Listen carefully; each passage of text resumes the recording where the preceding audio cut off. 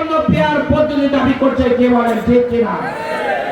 এই পেয়ার পদ্ধতি যারা বোঝেন না তারাই ষড়যন্ত্র করছে, কে বলেন ঠিক কিনা? আসসালামু আলাইকুম ওয়া রাহমাতুল্লাহি ওয়া বারাকাতুহু। আজকে গণ মিছিলের আয়োজন করার উদ্দেশ্য হলো বাংলাদেশের জামাত ইসলামী দেশব্যাপী যে কর্মসূচি ঘোষণা করেছে তার এই অংশ হিসাবে আপনারা জানেন 5 দফা দাবি হলো, 1 নম্বর হলো লেভেল প্লেইং ফিল্ড তৈরি করতে হবে, 2 নম্বর হলো জুলাই সনদ তৈরি করে আইনের ভিত্তি দিতে হবে, 3 নম্বর হলো পেয়ার পদ্ধতিতে নির্বাচন দিতে হবে, 4 নম্বর হলো গণহত্যাকারীদের দৃশ্যমান বিচার করতে হবে,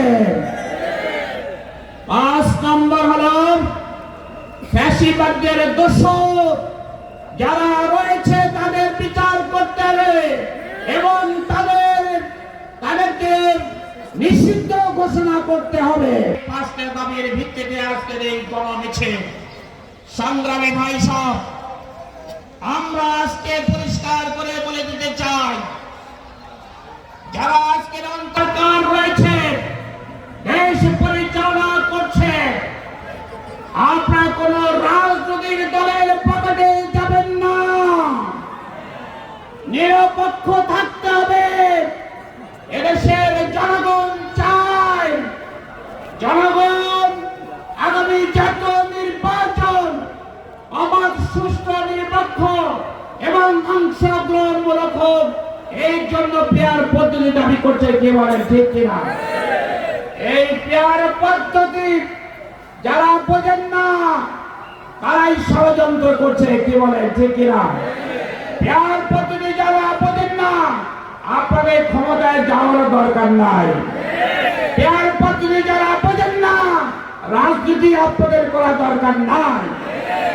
আপনারা মনে করেছেন বিগত 15 বছর যেভাবে ফ্যাসিস্ট জুলুম জালেম সরকার 3টা টার্ম নির্বাচন করে তারা ক্ষমতায় গেছে, সেগুলো নির্বাচন হয় নাই, নির্বাচন নামে জাতির সাথে তামাশা করা হয়েছে, প্রহসন করা হয়েছে, ভোট কেন্দ্র দখল করেছে, দিনের পর রাত্রে করে নিয়েছে।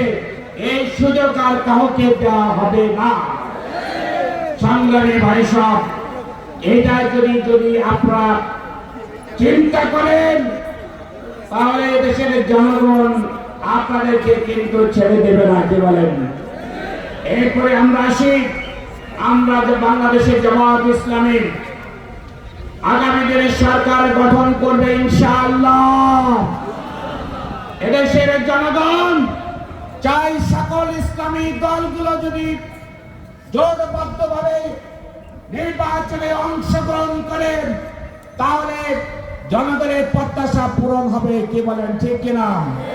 আল্লাহ তাআলার ইচ্ছা এদেশের এই ইসলামী দলগুলো জামাত ইসলামী নেতৃত্বে ঐক্যবদ্ধ হচ্ছে, জোটবদ্ধ ইনশাআল্লাহ নির্বাচন করে সংখ্যাগরিষ্ঠতা অর্জন করে তারা সরকার গঠন করবে ইনশাআল্লাহ। আমরা সরকার গঠন করার পর আমরা পরিষ্কার করে বলে দিতে চাই, বাংলাদেশের প্রতিটি ইঞ্চির মাটি অন্য কারোর হাতে আর ছেড়ে দেওয়া হবে না। দেশের স্বাধীনতা সার্বভৌমত্ব রক্ষার জন্য আমরা বলিষ্ঠ ভূমিকা পালন করব ইনশাআল্লাহ। শুধু তাই নয়, এদেশে যে দুর্নীতি হয়েছে, দুর্নীতির বিরুদ্ধে জিহাদ ঘোষণা করব ইনশাআল্লাহ। শুধু তাই নয়, এদেশে যারা জুলুম করেছে, নির্যাতন করেছে, তাদেরও বিচার করা হবে। সংগ্রামী ভাই সব, বাংলাদেশের ইতিহাসে যে সমস্ত জাতীয় সমস্যা রয়েছে সেই জাতীয় সমস্যাগুলো আমরা সমাধান করব। জাতি ধর্ম বর্ণ নির্বিশেষে আমরা ঐক্যবদ্ধ হয়ে সকল ধর্মের মানুষের জান এবং মালের নিরাপত্তা দেব। কি বলেন ঠিক কিনা? ইসলাম সকল সমস্যার সমাধান দিতে পারে।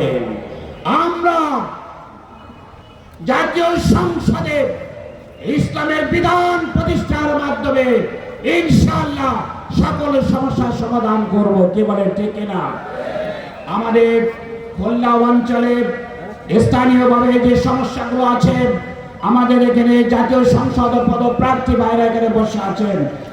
আমরা ইনশাআল্লাহ এই খুলনা, বাগেরহাট, সাতক্ষীরা সহ সারা বাংলাদেশে জাতীয় সংসদ নির্বাচিত হলে আমরা স্থানীয় সমস্যাগুলো সমাধান করব।